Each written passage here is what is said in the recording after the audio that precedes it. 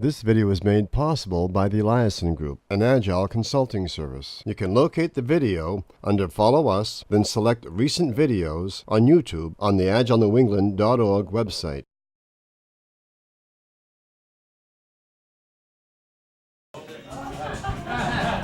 Just for now, we're just going to start with a little music, but you really can't hear me back here because no one raised their hands. You can. You can! You can raise your hands. And you can hear me, but some of you, you're gonna have to do better than this. Over there. You got it? Right there, in the blue shirt. Yeah, got you. Good. Woohoo! Stand up.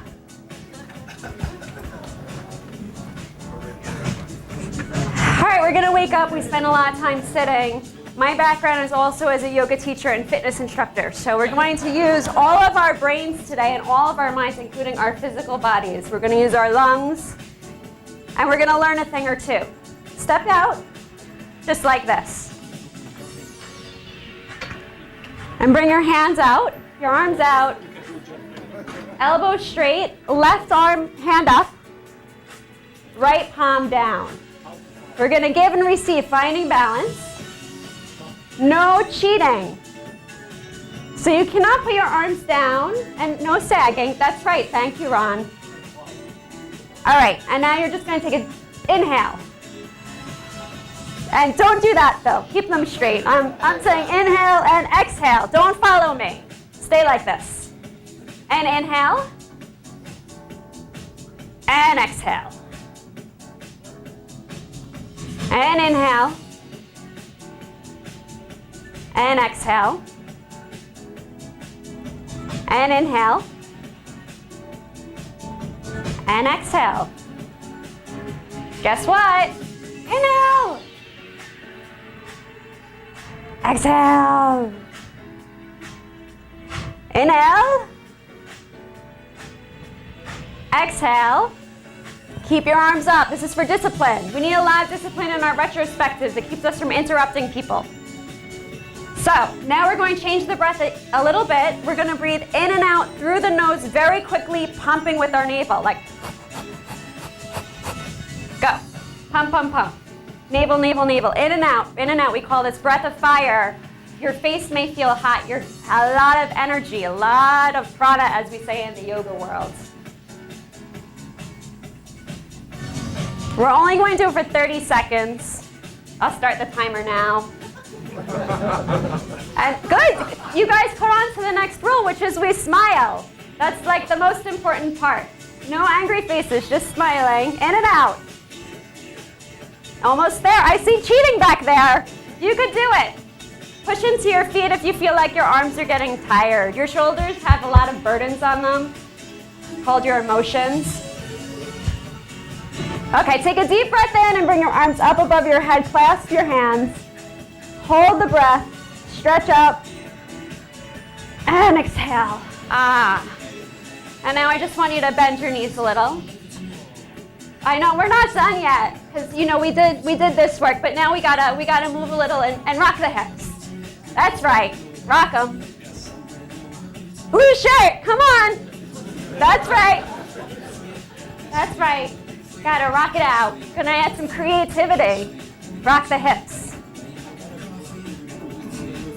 And maybe do a little rolling. Woohoo! Getting a little dangerous here. That's right. Come on. It's good for the abs. Getting out of our comfort zone, right? That's what Agile's about. If we just stay where we're comfortable, we're not changing. Ready? We're just going to turn to the side a little and do some rocking. That's right. Come on. Let's go. And to the center.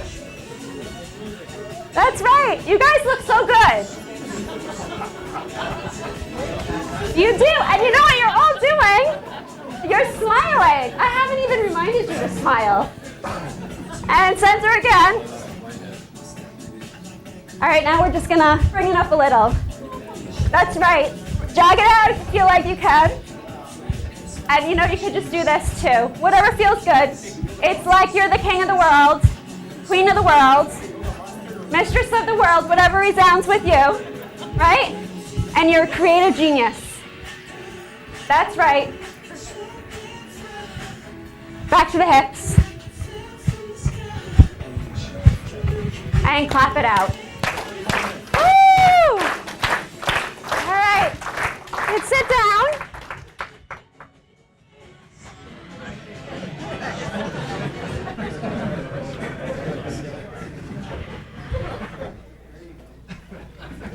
Okay. How's everyone doing? Oh, I should start the presentation now. I think this is a picture from Boston. Most of these pictures are from Unsplash, and this is what it told me when I looked for Boston. So, hi, Agile New England. My name is Wendy. I'm very grateful to be here, and we're going to be talking about retrospectives today. Specifically, 5 tricks to up your retro game. I think this is like the catchiest title I've ever come up with for any of my talks. So I'm pretty excited about it. Sounds like a lot of fun. Some background about myself. I actually first discovered, I didn't really discover it, I heard about Agile at a conference in Boston in 2004. And I came from a background of software development, and I learned about TDD and Scrum, and my world was just, woo! I fell in love with Agile, and I've been a big proponent ever since. Until 2009, which was a year after I became a mom, I was diagnosed with this crazy rare cancer, and then had to go through crazy treatment for about a year. So that led me to my very early, I like to think of it as a quarter-life crisis, because I'm going to live to be a ripe old age. And now I've spent the better half of this decade investing in different practices to bring health, wellness, well-being. And a lot of these lie in the subtle world of the unseen emotions and thoughts, also in our physical bodies. And then after I got really into that, I've been bringing that back together and combining it with my original love of Agile. Which brings us here to the 5 tricks to up your Agile game. So I don't know what your retrospectives look like, but maybe you're like really serious. You know, we gotta get work done, we gotta improve. Here we are in our very serious, we're gonna save lives circle. Or maybe it's like the kumbaya fireside. We have marshmallows, we have s'mores, and we all love each other. Or maybe it's like you just knocking someone down during a retrospective. We're not getting along, we're having a lot of fighting. Regardless of what it looks like, what is the goal of a retrospective? Anyone want to chime in? Come up with something to make something better. Come up with something to make something better. All right. What do we do right before we come up with something to make something better?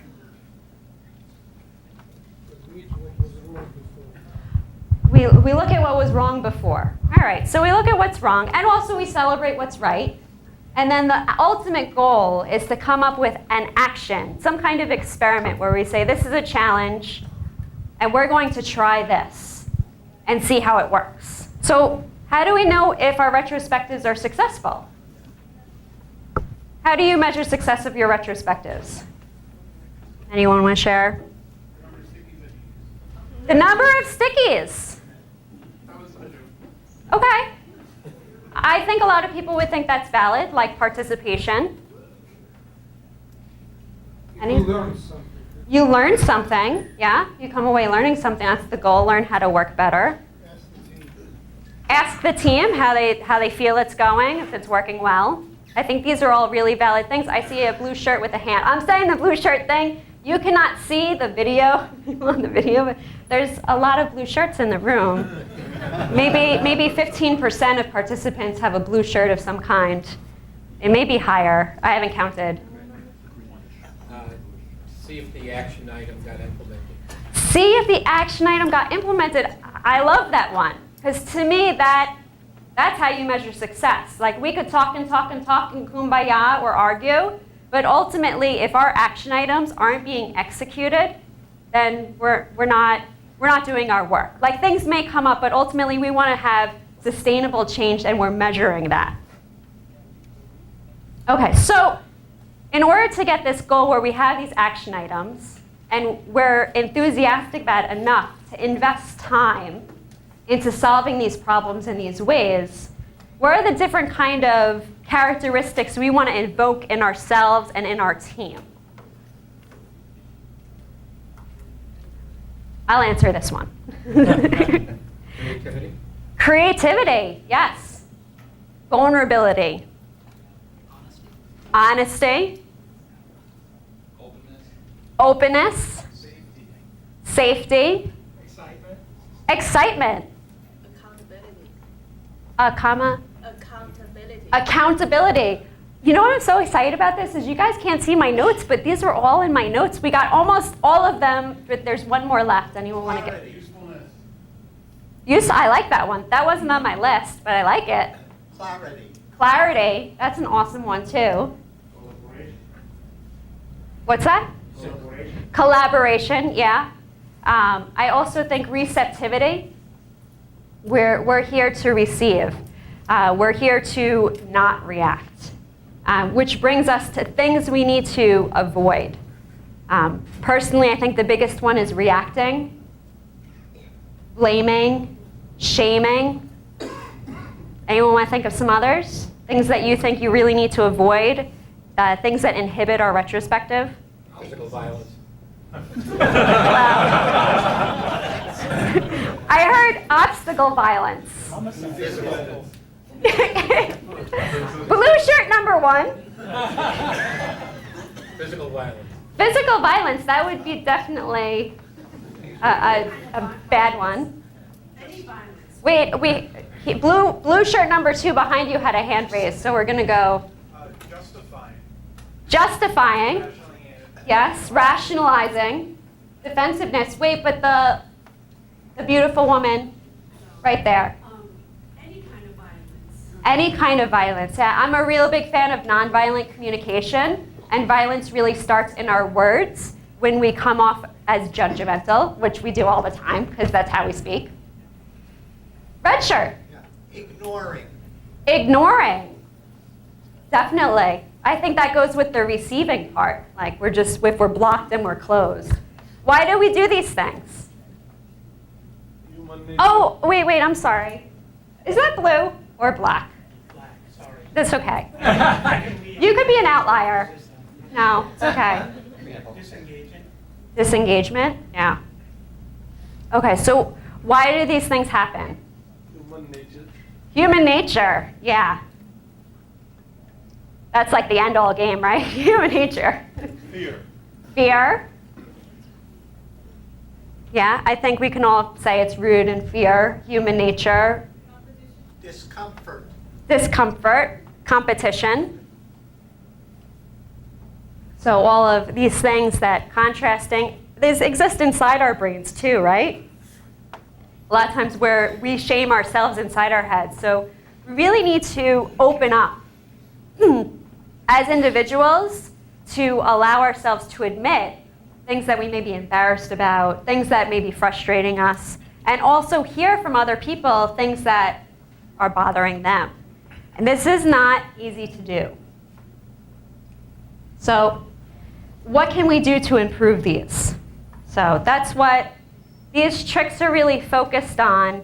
How can we open ourselves up to receive information, to be honest, to be creative, and to avoid reacting?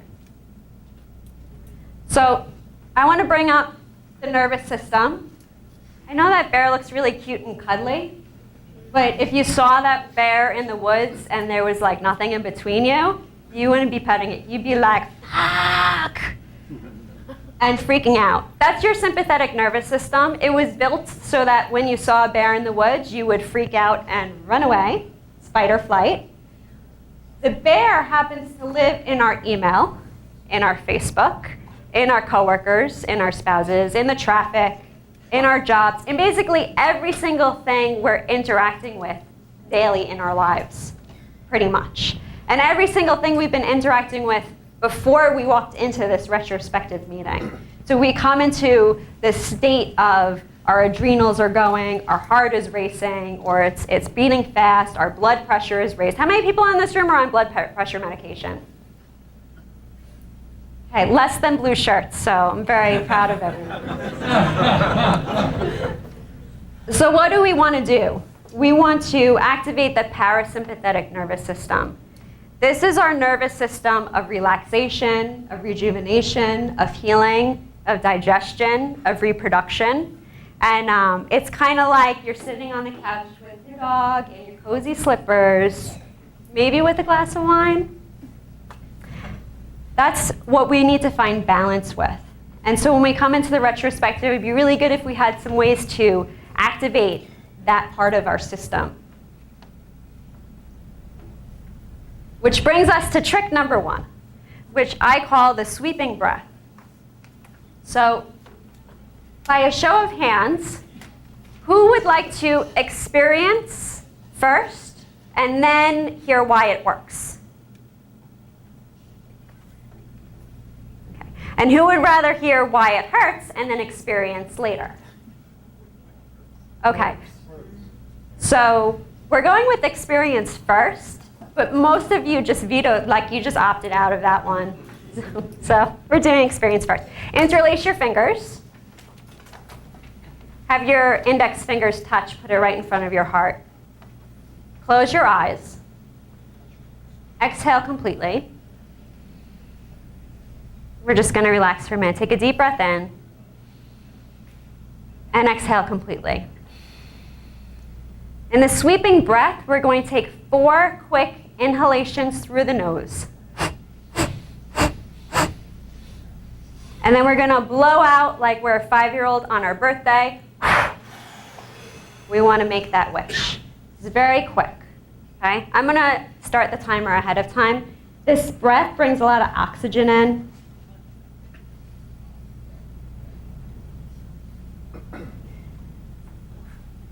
If at any point you feel lightheaded with the breath, you could just do slow, deep breathing. So we're going to start. Close the eyes. Inhale, inhale, inhale, inhale, exhale. Remember that inhale is like a step. Exhale. So inhale, inhale, inhale, inhale, exhale. Inhale, inhale, inhale, inhale, exhale. Inhale, inhale, inhale, inhale, exhale. Inhale, inhale, inhale, inhale, exhale. Inhale, inhale, inhale, inhale, exhale. Inhale, inhale, inhale, inhale, exhale. Inhale, inhale, inhale, inhale, exhale. Inhale, inhale, inhale, inhale, exhale. Inhale, inhale, inhale, inhale, exhale. Inhale, inhale, inhale, inhale, exhale. Inhale, inhale, inhale, inhale, exhale. Okay, last time. 3, 4, exhale. Take a deep breath in. Hold the breath. Close the eyes. Who remembers the most important part? Smile. Smile. There you go. Beautiful. Beautiful. Exhale. Shake the hands a little. Someone tell me how they feel.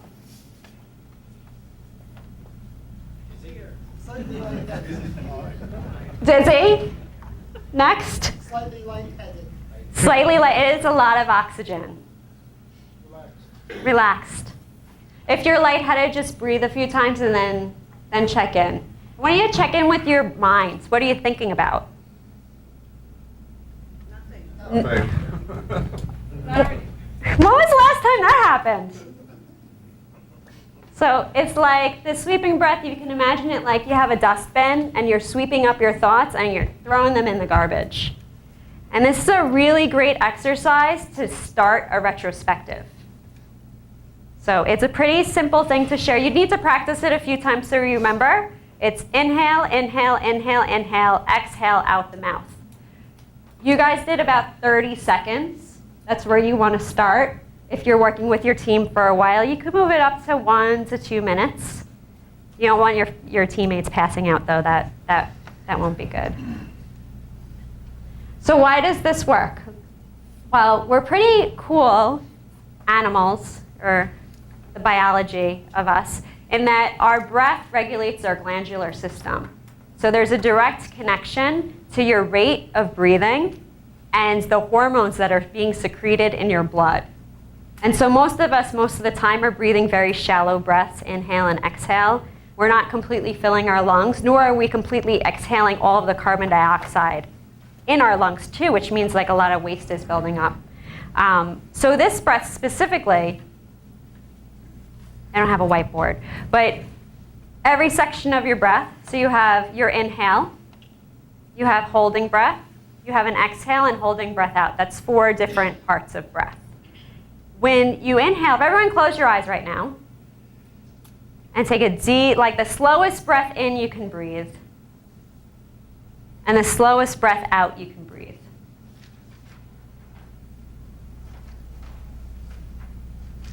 And just what they say in yoga class is listen without judgment. I'm going to say actually listen and judge.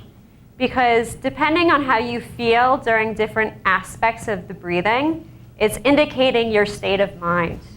So when you are really rushing your inhale, like taking a long, deep breath, feels like really frustrating, or you just can't do it, it's because you are frustrated or you're impatient. And on exhale, if your exhale is very short, it's anxiety. It's like you're getting the breath in because am I going to get another breath? I need another breath. Anxious about what's going to happen in the future. When you're holding your breath, you need to be in the present moment. And when you have all of your breath out, it's about fear. If you can't hold your breath out, it's fear. Fear of death, really, because that's what all fear comes down to.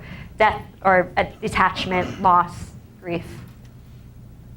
So this breath works because what we're doing is we're doing 4 segmented breaths.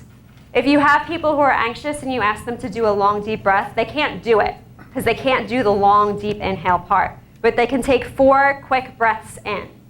And between each breath, we're holding our breath just for a moment, so it's helping bring us into the present moment.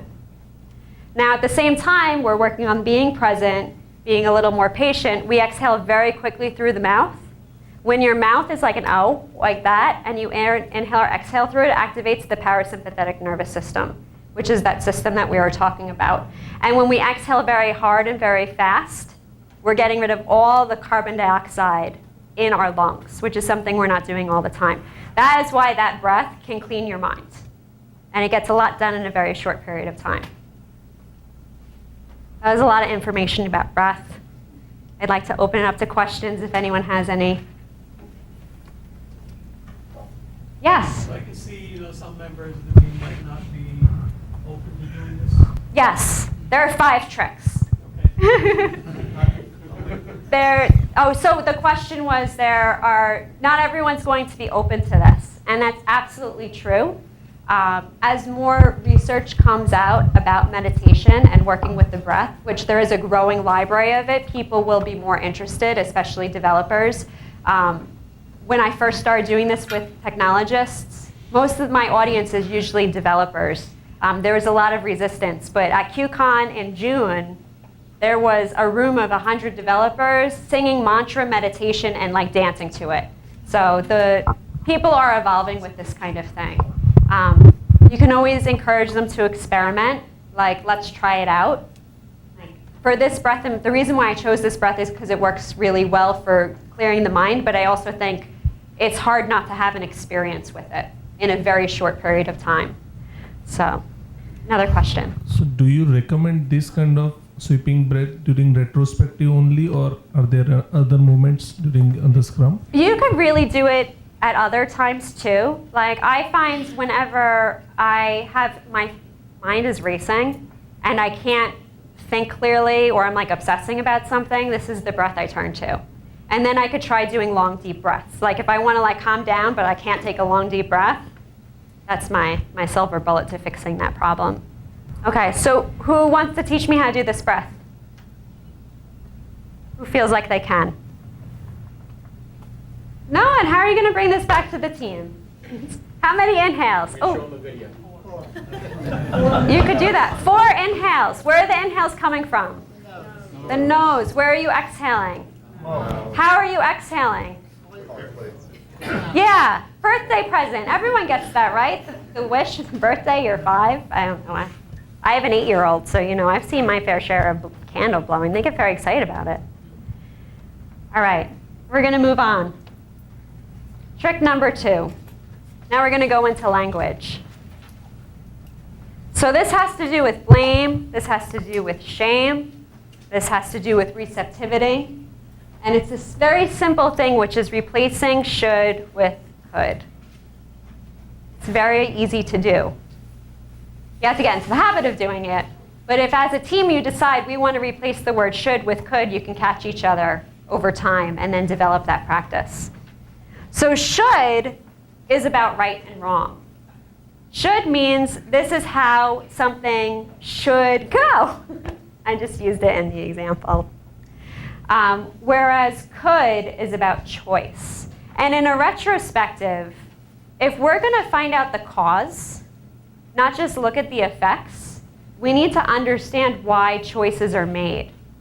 So if I say, hey, you should have written that test, the person's going to get defensive because there probably was a really good reason why they didn't. But if you say, hey, you could have written that test, what happens? Now it's an investigation. Now it's not a blame game. And now you're not going to incite that defensiveness.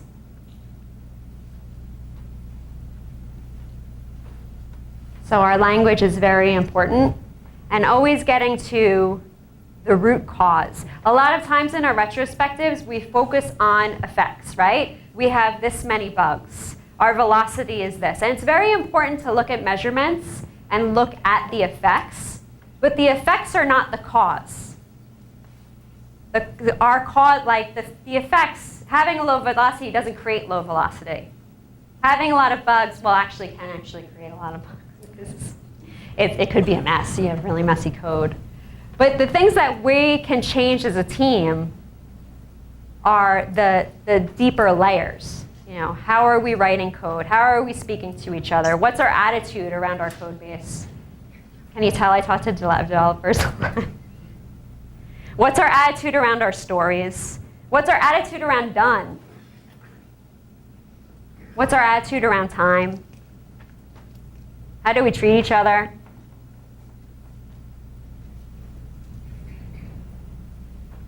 Everyone excited for number 3? I don't even know what number 3 is. I'm kind of excited about it too. The duck timer. Who knows about the duck timer? Ducks. This one's good. Okay. I invite you all to have a conversation with me about what I should eat for dinner. What should I eat for dinner? Go. Something I like. Sandwich? But I haven't been to really Waltham before. What's a good place to go to? Oh, the kitchen. Yes.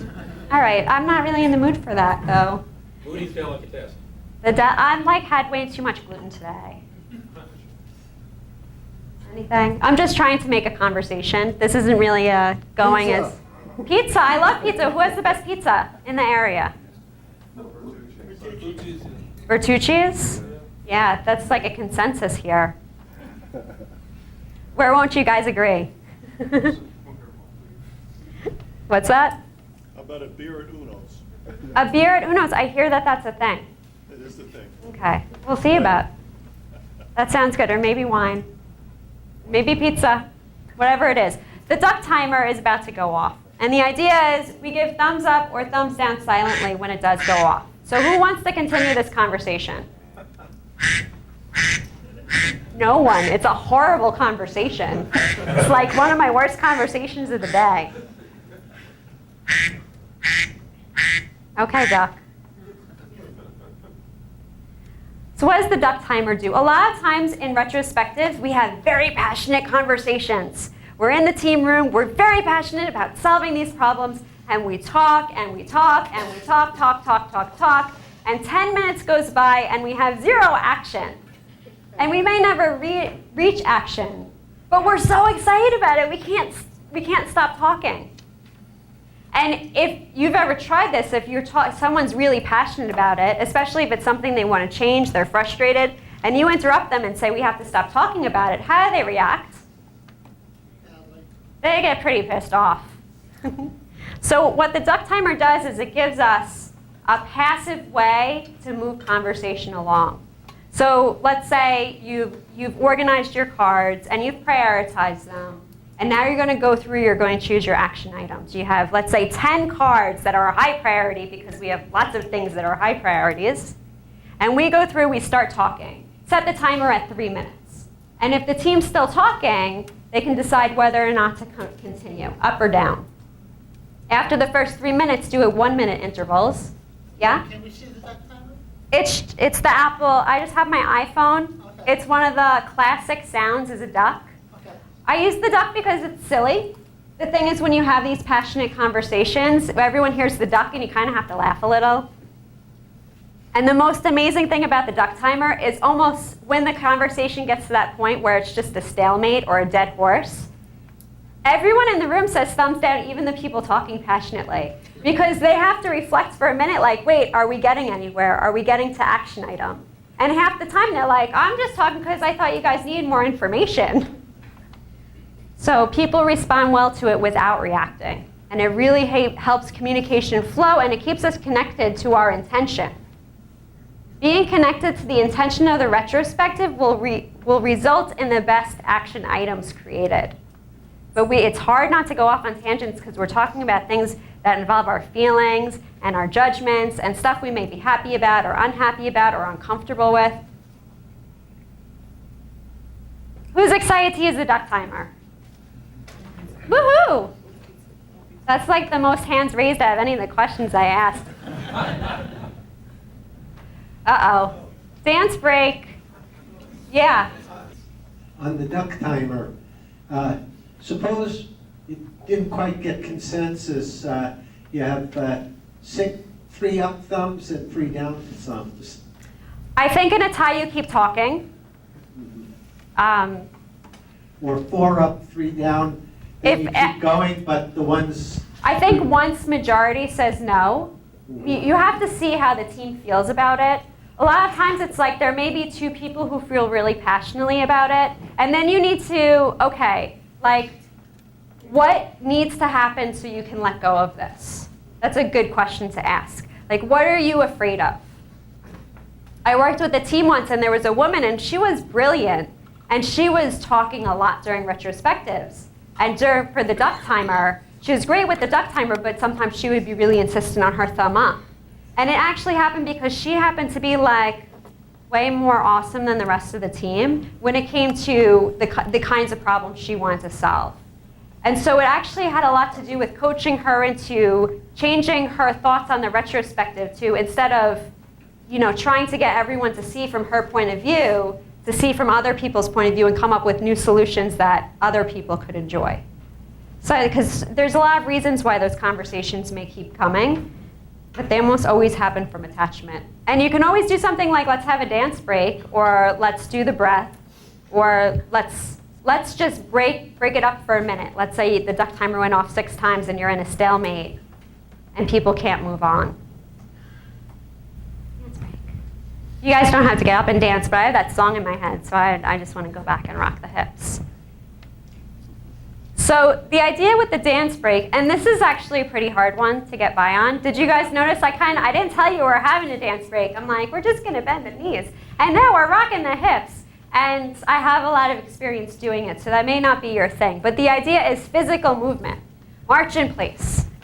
Shake your hands above your head. Do some squats. Like whatever it is to get people moving.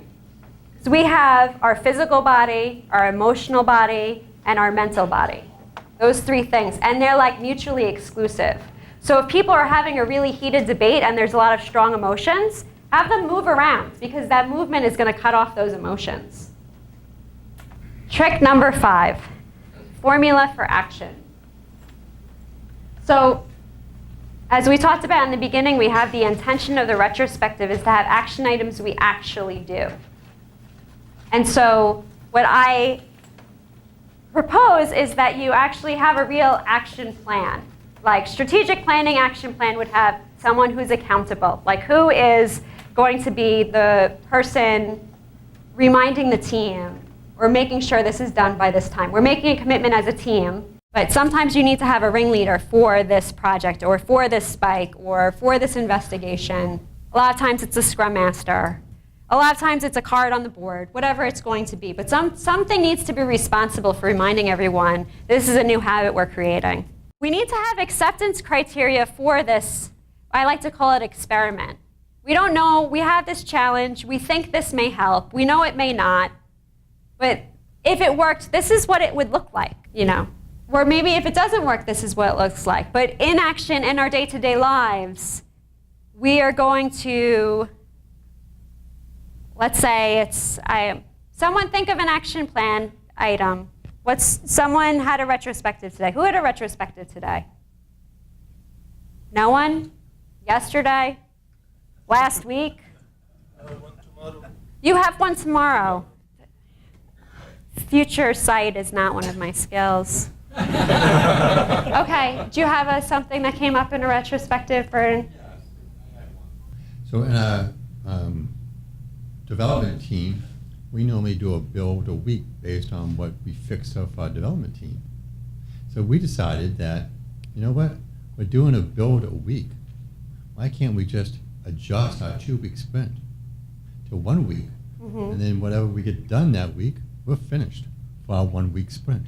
Yeah. And then we can tell our managers we're going to be breaking our 2-week sprint into 1 week, and we'll combine the 2 weeks. All right. It's more condensed, and you get things done, so you don't say, oh, I missed this week or this sprint. So. Okay. So we're going from a 2-week sprint to a 1-week sprint. What does that look like as like a user story with acceptance criteria? Well, the team is fully accountable, but I would say the Scrum Master would be like the point of accountability because they're scheduling all the meetings. If you're lucky and you're in a team that has a Scrum Master who's scheduling the meetings, right? But our acceptance criteria is we're going to review on this day. We're going to do planning on this day. We're going to have our retrospective on this day. And those things happen. And then after that, how do you measure success? Also, we're going to try it for this many sprints because we know one sprint's not really going to give us the information we need. So how many sprints do we want to try this before we actually reflect on it and say whether or not this is working? 3. I love the number 3. It's a good number. So the more specific we can get in our action items, the more likely we are to fulfill them, and the more clarity we have on what we're actually trying to do. That is our 5. Our 5 things. We earned a double rainbow. Woohoo! And we have a lot of time, I think, still. Yeah. I timed this one well because I love questions. Does anyone have a question about what we've covered thus far? So to ever mix the duck timer with the movement stuff, the reason for my question is I actually once had a shitty group and they would just sit in the same place absolutely everywhere. Yeah. And I played okay, let's just get up and walk around, folks. It's like, everybody okay with the vocabulary? But I said to the team, it's like you're having a pissing contest. Will you just get over it? And what we'll do is we'll walk around and we'll actually time out until you move it. And I didn't actually use the duck time. I just used a clock on the phone to make it work. Have you ever done that and been successful with it? There's a reason why I'm saying being successful. Because a lot of people on that team found it too aggressive. I haven't mixed the duck timer with movement. It hasn't, for that specific case, actually, it never turned into a stalemate where we needed to switch. Like, it always resolved itself. And so it was actually very nice experiences with it. I think movement could help, but if people are saying it's too aggressive, I think you'd need to tone down what that movement looked like, how long they had to do it for, respond to it. Yeah, I got all the body language basically down as a group. Yeah. Well, I mean, part of, if you are in a coaching role or a Scrum Master role and you're facilitating this, part of it is pushing people's buttons, right? It's like a balance between, here's like my comfort zone, and if I stay here, I'm not moving, I'm not changing, and things are going to continue to be bad. And then here's like my everything else in the world is my discomfort zone, and I don't want to do any of these things, but there's like this fine slice of what's called the next adjacent path, which is, all right, this is out of my comfort zone, but I can do it without shutting down. And unfortunately, there's no magic formula for knowing what that is for another person. You can experiment and play around with it, but body language is a great thing to use. It sounds like a success to me because you realize they were shutting down, and so you could see that and then respond. I just wanted to understand that duck timer method which you just described. So as I understand, whenever during the retrospective or any other meeting, whenever you feel that the conversation is going off track or parties involved getting aggressive, then at that time, at what point you just buzz the duck's timer or something like that?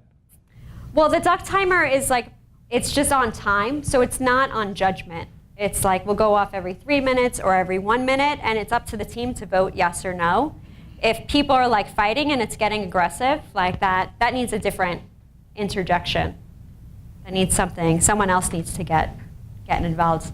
Are you having conflict in your retrospectives? No, I'm just trying to understand. It's the method which you mentioned that, so you play the sound every 5-minute interval or 10-minute interval on continuous basis? Way less than that. When you're retrospective, you have 20 minutes maybe to get through all of your action plans. So there's only so much talking you can do. So if you let people talk in every 3 minutes in the beginning and then move it down, especially as people start putting their thumbs down, 1 minute, people talk a lot. I think this is what we're going to do. Everyone break up into groups of 5. Right now? Right now. Okay. There's lots of duck timer questions, so we're just gonna go with it. Once you make your introductions and you say hello to everyone, we can do clapping. Dance break. Oh no, not the dance break. Choose someone to do the timer, or maybe we'll each take turns. If you're wearing a blue shirt in your team, you are the timer person.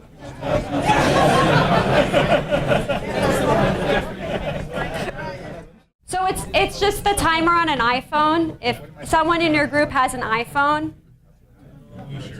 you have the iPhone? Yeah, if the iPhone doesn't match up with the blue shirt, you could use whatever. You don't have to use a duck.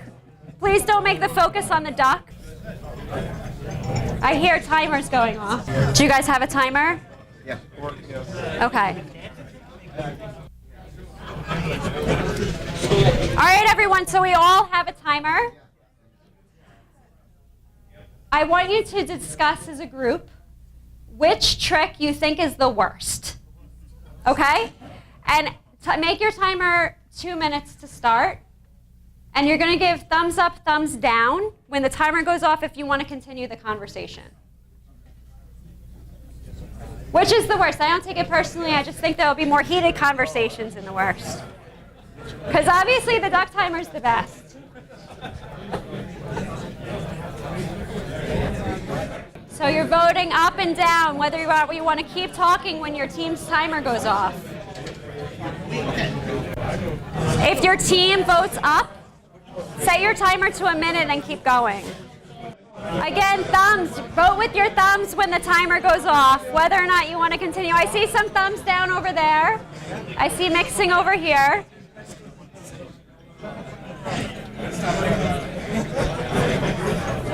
Set your timers to 1 minute and keep going until most people say down.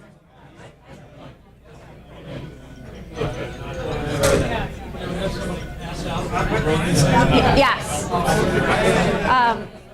Yeah, it happens. Not from that breath. I've never seen anyone pass out from that breath. For high blood pressure, sometimes some breaths you need to be concerned about it, but that breath is pretty safe. But people need to sit down and just do the long, deep breaths if they feel lightheaded. There's going to be a certain amount of lightheadedness that's just normal because it's so much oxygen. We're just not used to breathing that way, but it's actually a good thing. But it's when in doubt, always breathe deep. What did you pick? I don't know. Dance break. The dance break. I bet you're not the only ones. Before I started, I told someone I was going to have a dance break, and they're like, "No, you're not." I'm like, "Yeah, I am." They're like, "They're not going to do it." So If your team has thumbs down, please stop talking.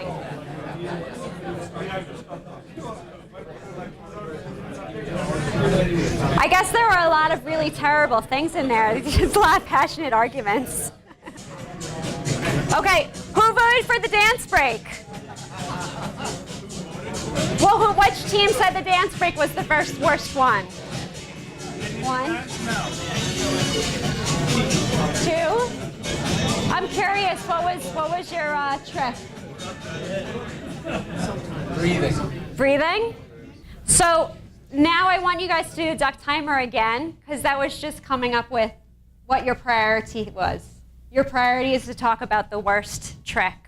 And now you guys need to come up with an action plan of how you're going to implement it with your team.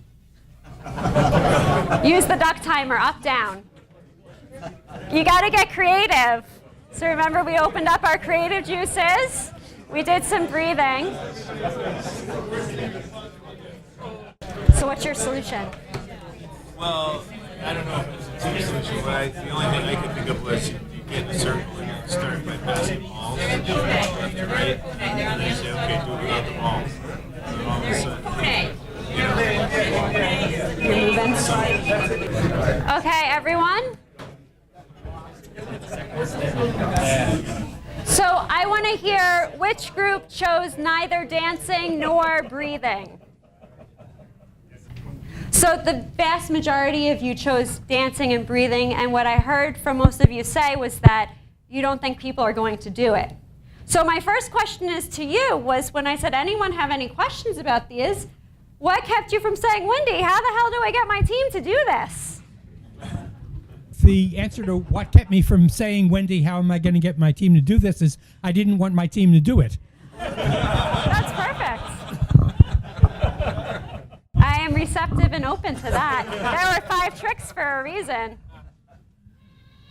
Did anyone... Who in this room has interest in bringing breathing or movement into their team? Okay. So what I suggest is we go in a small group over there, and I talk about different techniques I've used and a few other exercises you can try to use with your group, and maybe one of them resounds with you. And then if you're not interested in it, then you guys can just mingle and have fun, and no point in keeping you bored with the breathing stuff. Sound good? Yes. All right, I'll be over there. Thank you, everyone.